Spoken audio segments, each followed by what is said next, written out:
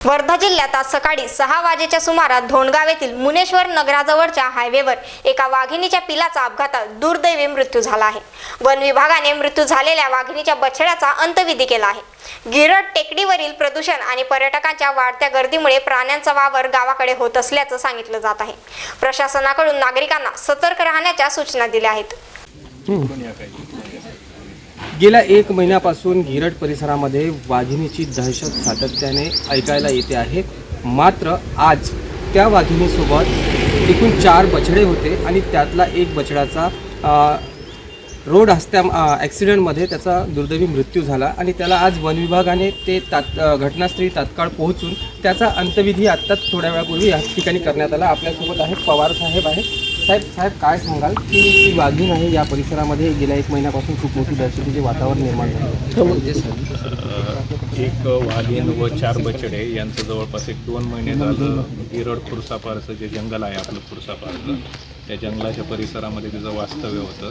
ते जंगलाच्या परिसराबरोबरच जे नजीकचे जे काही शेतशिवार आहे धोंडगाव भवानपूर त्याचप्रमाणे हिवरा आणि आसपासच्या गावामध्येही तिचा वावर होता आणि एकूण तिच्यासोबत 4 बछडे असल्याचं कॅमेरा ट्रॅपमध्ये आलेलं होतं आमच्या डेटावरून। त्यातलं एका कपचं एक धोंडगावजवळ आज पहाटेच्या सुमारास ही घटना घडली आणि एक रोड ॲक्सिडेंटमध्ये त्यातला एक बछड्याचा त्या ठिकाणी अपघात झालेला आहे। यासोबतच आपल्यासोबत एक कौस्तुभजी आहे, जिल्ह्यात त्यांना प्राणीमित्र म्हणून खूप चांगल्या पद्धतीने ओळखता येईल। कौस्तुभजी, या ठिकाणी एक पर्यटन क्षेत्र आहे गिरड टेकडी आणि त्या टेकडीला लागून जे जंगल आहे हा परिसर एकदम जंगलाला लागलेला आहे।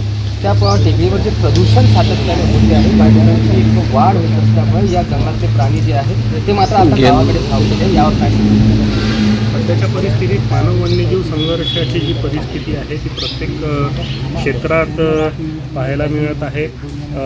या ठिकाणी सुद्धा आता जी वाघीण 4 पिल्लांसोबत ज्या रेसिडेन्शियल एरियामध्ये किंवा शेतीच्या परिसरामध्ये सातत्याने तिचं जे वास्तव्य आहे ते दिसून येत आहे। गिरड क्षेत्रातही ती फार दिवसांपासून तिचं वास्तव्य असल्याचं निर्देशनास आलेलं आहे आणि वन विभाग त्या पद्धतीने त्यासाठी तत्परतेने प्रयत्नसुद्धा करत आहे की कुठलीही अनुचित घटना किंवा कुठलाही अनुचित प्रकार त्या ठिकाणी घडला नाही पाहिजे, त्याच्यासाठी सुद्धा वन विभाग त्या पद्धतीने प्रयत्नशील आहे आणि त्याच पद्धतीने बाकी सगळ्या दृष्टिकोनातून सुद्धा प्रयत्न करण्यात येत आहे। सातत्याने तिला मॉनिटर करण्यात येत आहे।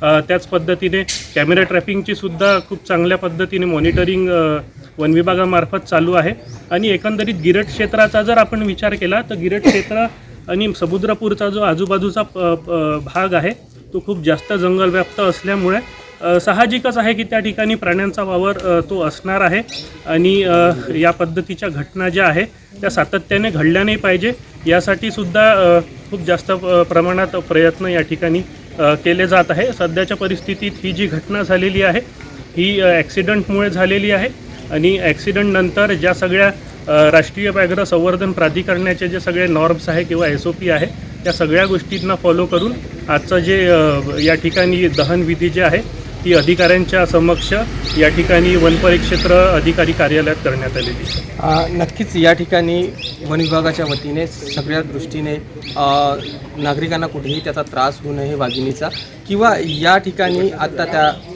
वाघाच्या बछड्याचा एक अंत्यविधी देखील नियमाप्रमाणे करण्यात आलेला आहे। Star Maharashtra news, Nilesh Pinjarkar, Girad, Wardha.